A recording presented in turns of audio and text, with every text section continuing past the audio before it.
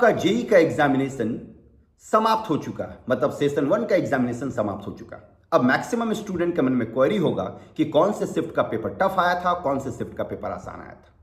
तो यहां पे हम इस वीडियो में बताएंगे कि किस शिफ्ट का पेपर सबसे आसान था और किस शिफ्ट का पेपर टफ था। लेकिन उससे पहले हम ये जानने का कोशिश करते हैं कि ये टफ और आसान किस बेसिस पे डिक्लेयर किया जाता है, मतलब किस बेसिस पे पता किया जाता है कि कौन सा पेपर टफ आया था, कौन सा पेपर आसान। हालांकि मैक्सिमम स्टूडेंट को अपना ही शिफ्ट का पेपर ज़्यादा टफ लगता है, लेकिन यहाँ पे हम आप लोगों को पूरा डिटेल्ड में बताएंगे कि कौन सा पेपर टफ था और कौन सा पेपर आसान, मतलब किस शिफ्ट का पेपर टफ था और किस शिफ्ट का पेपर आसान था।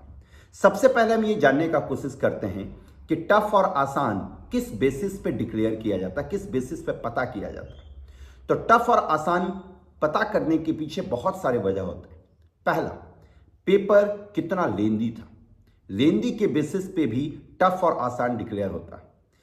जो पेपर ज्यादा लेंदी होता है वो पेपर को टफ माना जाता है, क्योंकि टाइम आपके पास लिमिटेड होता है।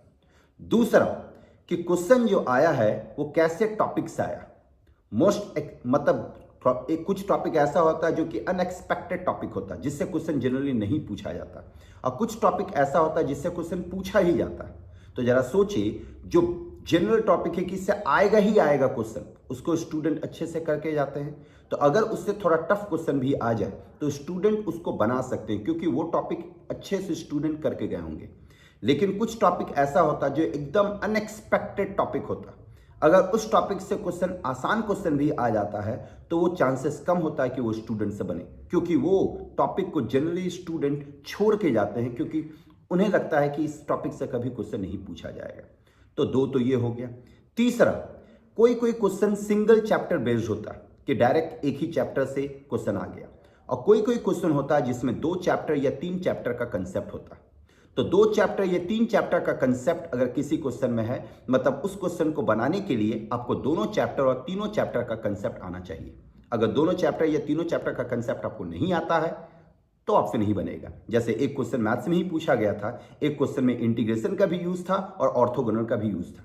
आप सोचिए, अगर आप इंटीग्रेशन बहुत अच्छे से करके गए पूरा चैप्टर, लेकिन अगर ऑर्थोगोनल टॉपिक आप वहां पे भूल गए या ऑर्थोगोनल टॉपिक आप नहीं करके गए, तो वो क्वेश्चन आपके लिए क्या हो गया, टफ हो गया। वो क्वेश्चन आपसे नहीं बना, जबकि आप इंटीग्रेशन अच्छे से करके गए।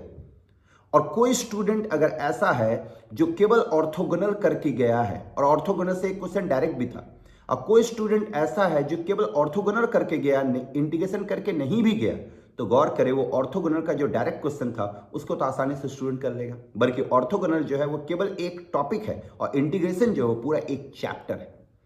तो यही होता है कि मोस्ट एक्सपेक्टेड चैप्टर से अगर क्वेश्चन आता है तो उसको आसान माना जाता है, या मोस्ट एक्सपेक्टेड टॉपिक से अगर क्वेश्चन आता है तो उसको थोड़ा आसान माना जाता है, और अगर अनएक्सपेक्टेड टॉपिक से क्वेश्चन पूछ दिया जाता है तो उसको टफ माना जाता है। ये क्राइटेरिया हुआ। तीसरा क्राइटेरिया हुआ कि नंबर ऑफ क्वेश्चंस कितना ट्रिकी आया। अगर ज़्यादा ट्रिकी क्वेश्चन है तो वो भी टफ के कैटेगरी में माना जाएगा। फिर एक होता है कि कितना डायरेक्ट क्वेश्चन आया। डायरेक्ट क्वेश्चन आया मतलब क्वेश्चन पढ़े और आंसर करे, क्वेश्चन पढ़े और आंसर करे। इसके बेसिस पे भी पेपर आसान और टफ पता किया जाता है।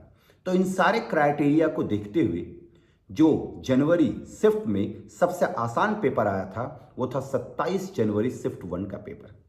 27 जनवरी शिफ्ट 1 का पेपर सबसे आसान पूछा गया था इस पूरे सेशन में। उसमें सारा क्वेश्चन डायरेक्ट क्वेश्चन था, बहुत ज्यादा कोई टफ क्वेश्चन नहीं था।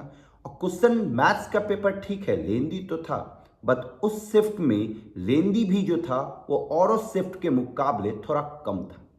और अगर हम बात करें कि सबसे टफ क्वेश्चन किस में आया था, तो वो 30 जनवरी शिफ्ट 2 के पेपर में आया था।